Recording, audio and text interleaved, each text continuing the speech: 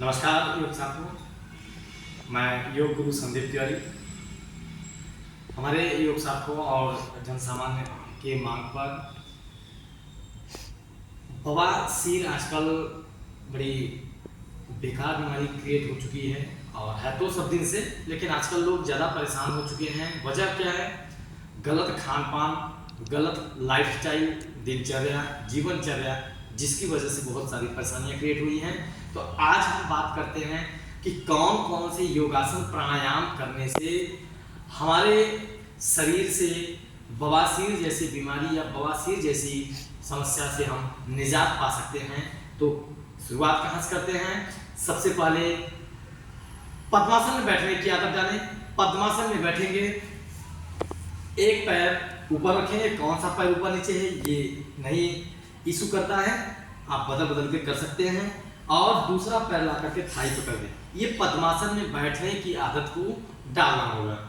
इस आसन में बैठ करके हम प्राणायाम कर सकते हैं। प्राणायाम लगभग कपालभाति जैसा ही होता है, लेकिन ये भस्त्रिका क्रिया का काम करता है। इसमें करना क्या होता है? बड़े ही शांत भाव से बैठ जाएं। मुद्रा ज्ञान का भी लगा सकते हैं और किसी भी मुद्रा में बैठ सकते हैं, लेकिन अगर ज्ञान मुद्रा लगाते हैं तो ज़्यादा अच्छा है।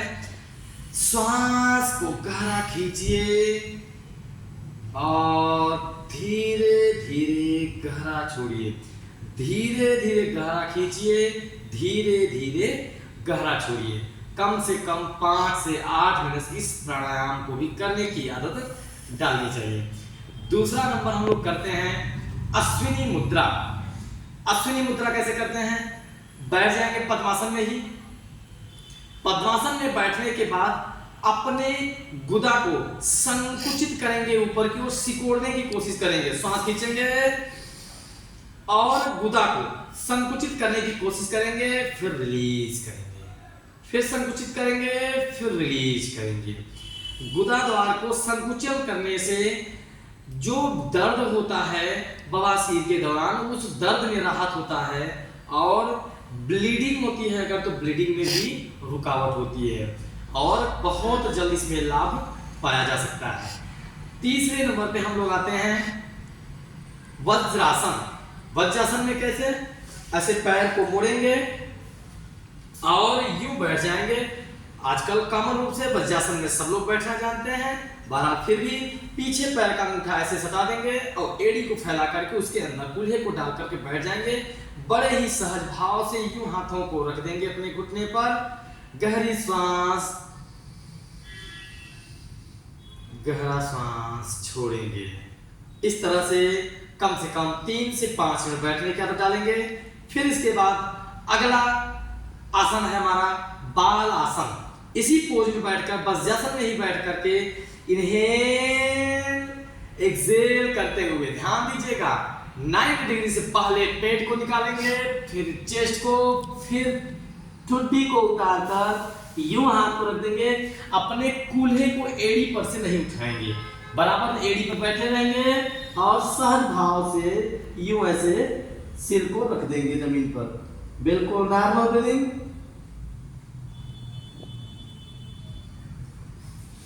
वापस आएंगे, घर पर कर रहे हैं, कहीं भी कर रहे हैं, कम से कम 10 सेकेंड से शुरुआत करेंगे। 30 सेकेंड, 1 मिनट तक लेकर जाकर इसको 5 से 7 बार करने की कोशिश करेंगे।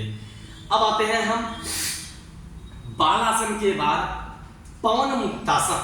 पवन मुक्तासन कैसे करते हैं? पीठ के बल लेट जाएंगे यूं ऐसे और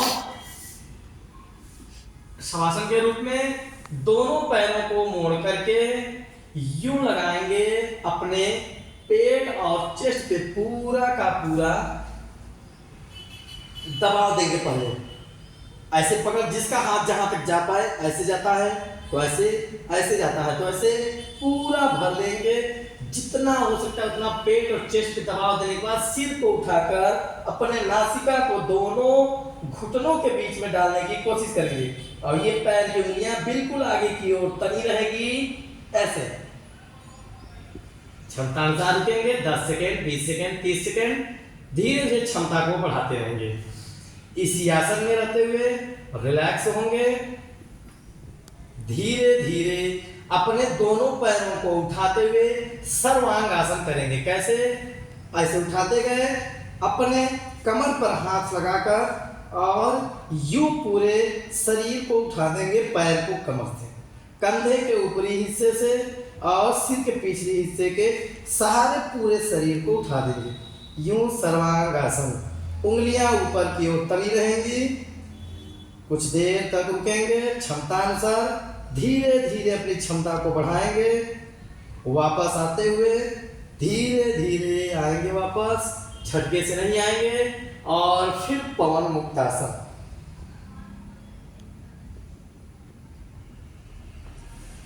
अब इसके बाद करते हैं अंतिम आसन, पाद हस्तासन। क्या करेंगे इसके लिए? खड़े हो जाएंगे, श्वास लेकर हाथ ऊपर और 90 डिग्री से कूल्हे को पीछे नहीं ले जाएंगे, शरीर को आगे लाते हुए श्वास छोड़ते हुए अपने दोनों हाथ को तलवे के बगल में यूं रख देंगे। ऐसे घुटना बिल्कुल टाइट, सिर जहां तक जा सकता है। ऐसे हाथ को यूं पीछे लाके भी पकड़ सकते हैं, यहां रखेंगे। अगर यहां तक शुरू में नहीं आ रहा है हाथ, तो किसी भी तरीके से ये पाद हस्तासन ही कहा जाएगा। पूरी कोशिश आप करिए नीचे लटकने का। फिर श्वास लेते हुए 90 डिग्री से उठेंगे, हल्का सा पीछे जाएंगे, फिर रिपीट करेंगे। ऐसे ही कंटिन्यू 5 से 8 बार इसको रिपीट करेंगे। साथ ही साथ अपने खान पान में सुधार लाएं, नियमित खान पान करें, एक नियम बनाएं और ऑयली, फ्राइड, ये सब सारी चीज़ें खाने से परहेज करें। ज़्यादा से ज़्यादा हरे पत्तेदार सब्जियां खाएं, ताज़ा बना हुआ खाना खाएं, बिल्कुल सादा खाना खाएं और अपने स्वास्थ्य को जल्द से जल्द सुधार की ओर लेकर के जाएं। बहुत बहुत धन्यवाद। योग गुरु संदीप तिवारी।